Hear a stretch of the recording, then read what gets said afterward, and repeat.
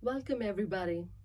Today, our guest is a very special one for all of us. Please welcome Lianne Dalziel, who is a formidable force in New Zealand politics, recognized for her extensive contributions to public service. Serving as a mayor of Christchurch since 2013, Lianne has played a pivotal role in the city's recovery and resilience post the devastating earthquakes in 2010 and 2011. Her dedication to community development and social justice is evident in her years of service, including her time as a Member of Parliament and as a Minister of Commerce.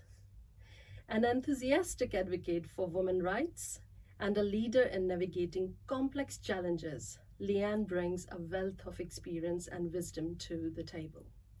Welcome, Lianne. Thank you, Fariya. I don't recognize myself. Oh my goodness, I am so excited to have you at the show. Welcome. Thank you.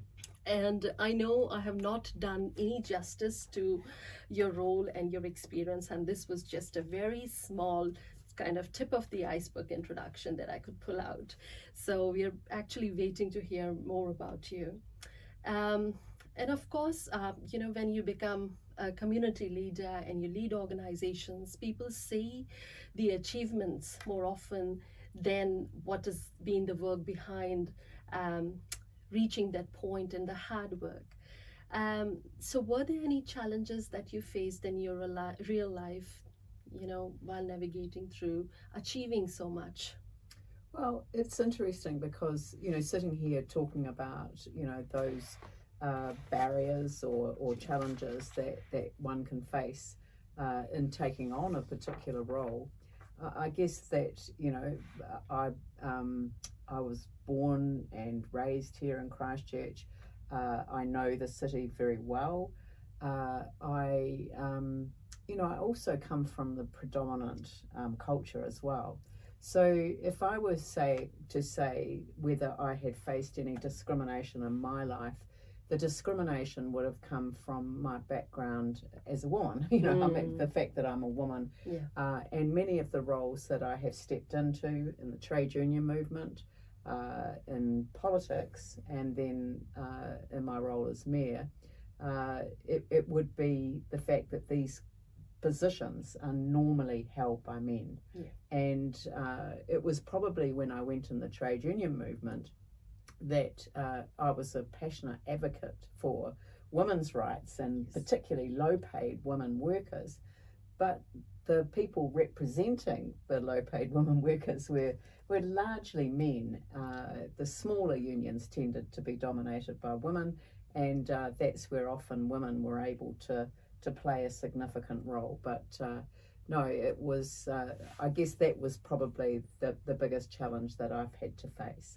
Very nice. Yes, and that is something that has come out common in our episodes, that what guests come and share, that though we have a wealth of resources that we bring to and where we have been born and what values we get, but there's always some bias towards the achievement and how many women are represented in where you stand. So did you always know that you're going to go to politics? No. How did it all start? Well, look, I'm actually going to give some credit to my parents. Okay. So, but not from a political point of view, because politics was not debated in our house so much. The thing about my parents, both of my parents, my mum and my dad, and they had 7 children. So you can imagine it was, we were not from a very well-off background, but both of them believed in education.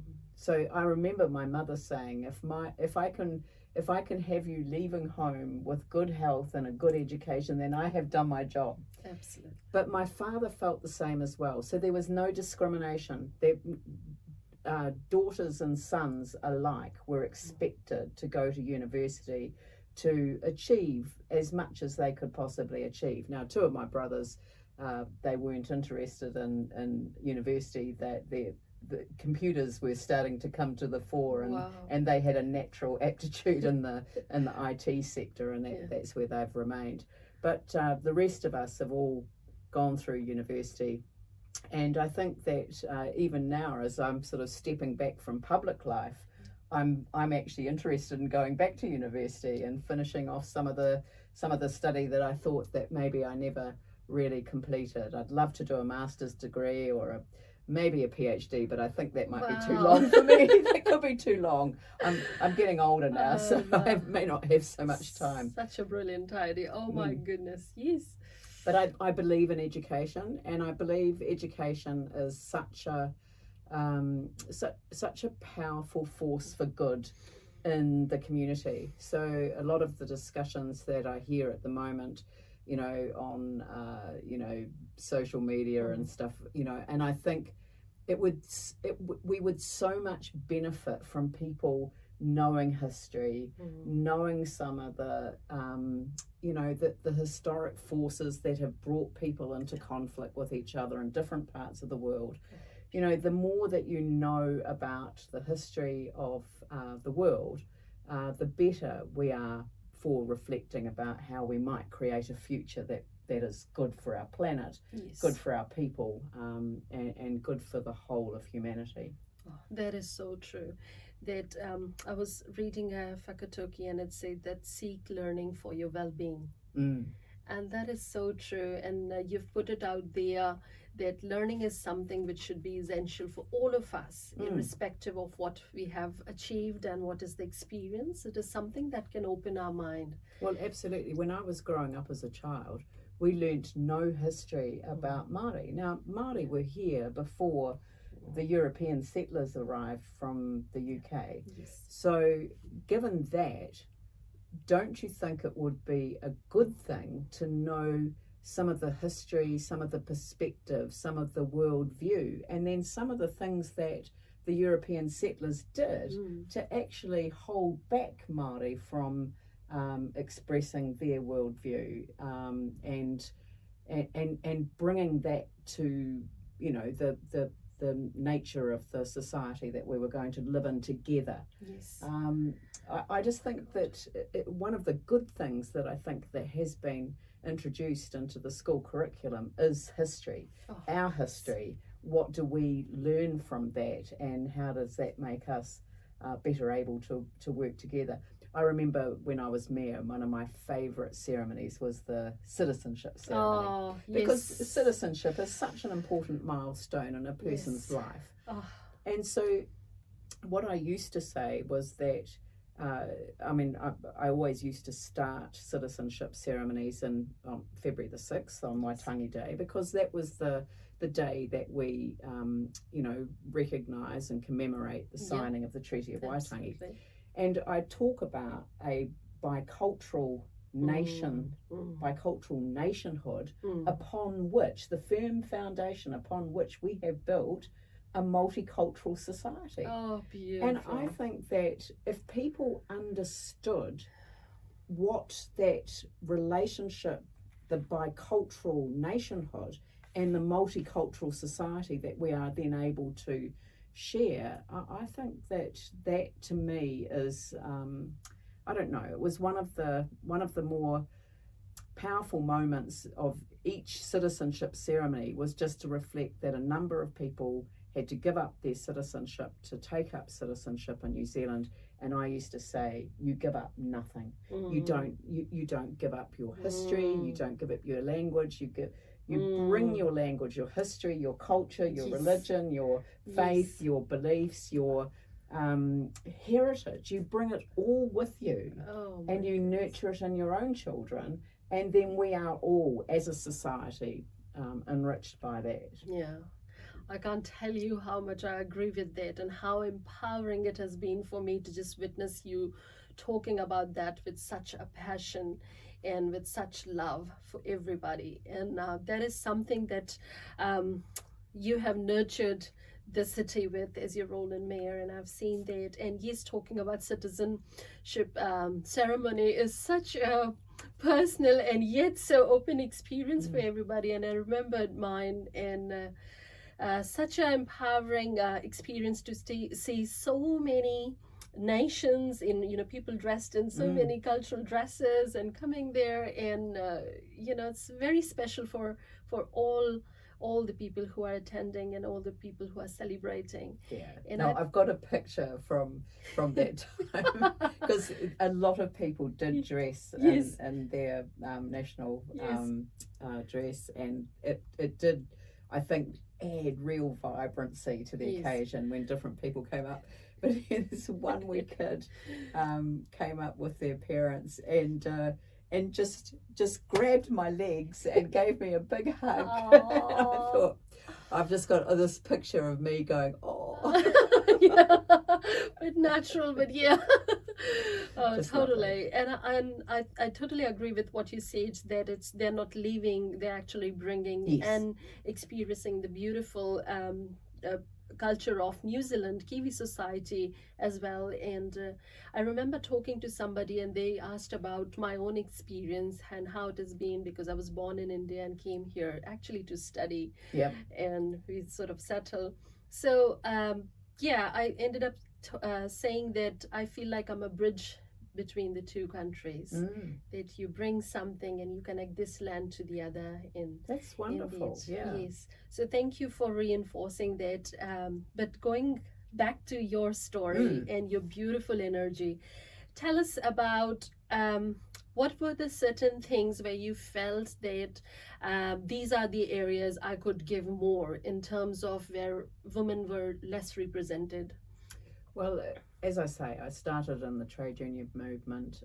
I was working for the Hospital Workers Union, so we covered people who worked in the hospitals, in the kitchens, and serving, teas and coffees and giving out meals on the wards. And we were really, and then we had hotel workers, so everyone in hospitality that you can imagine. Yes.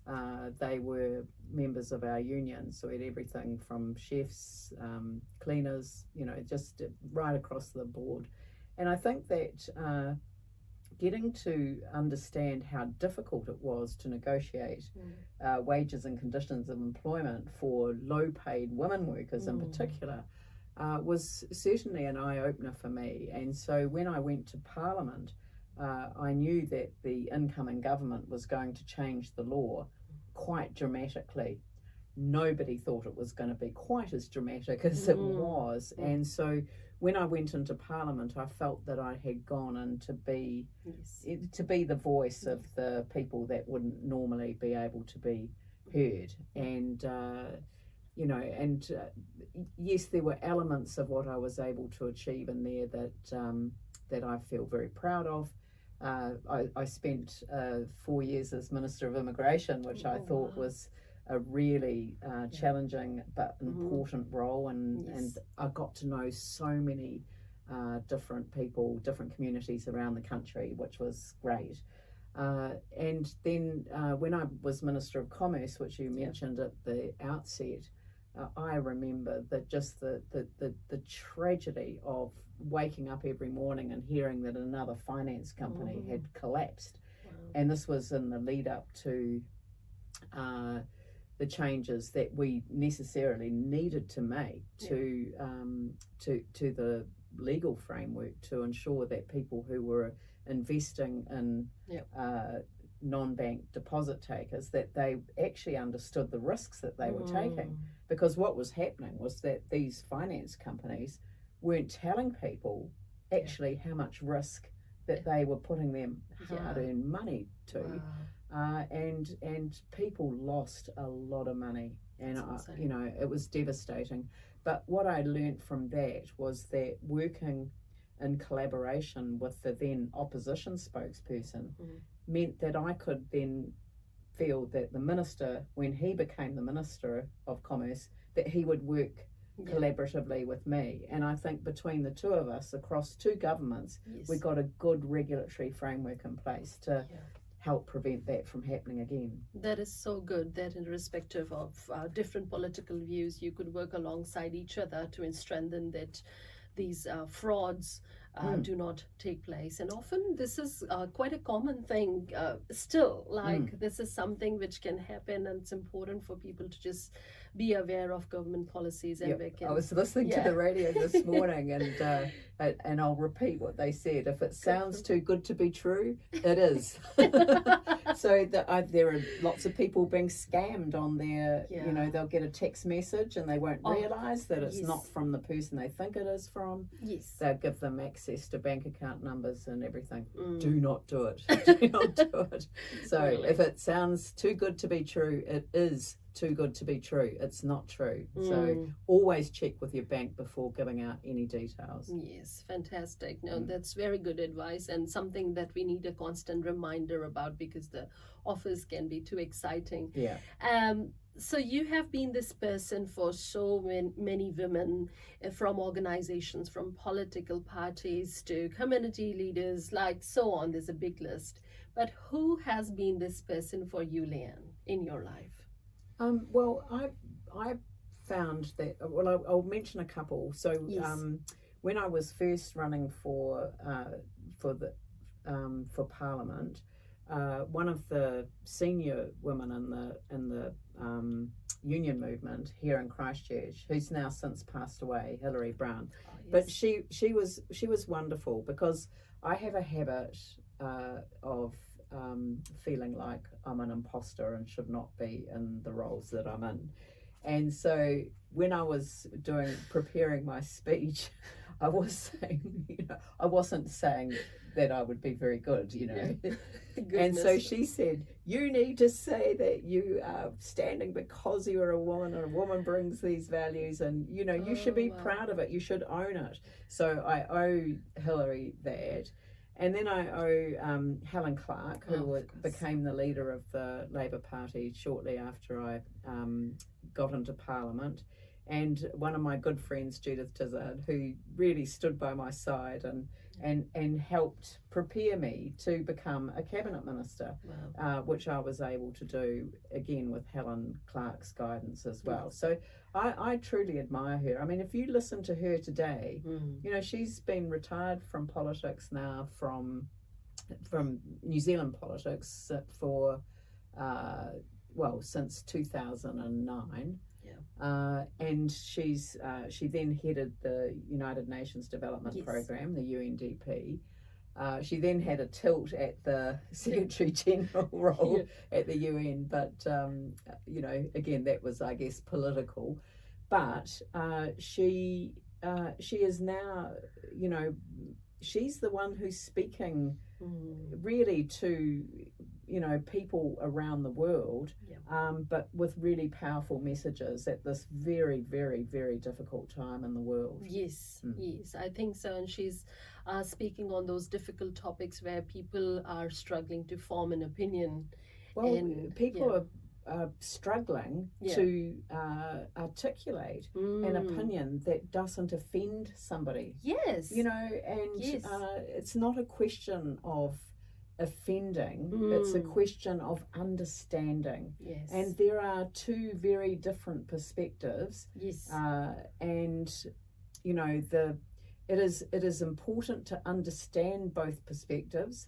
I must say that I've had to go back and consider some of the history again, as I've tried to grapple with two things that I cannot understand. But one is the complete attack on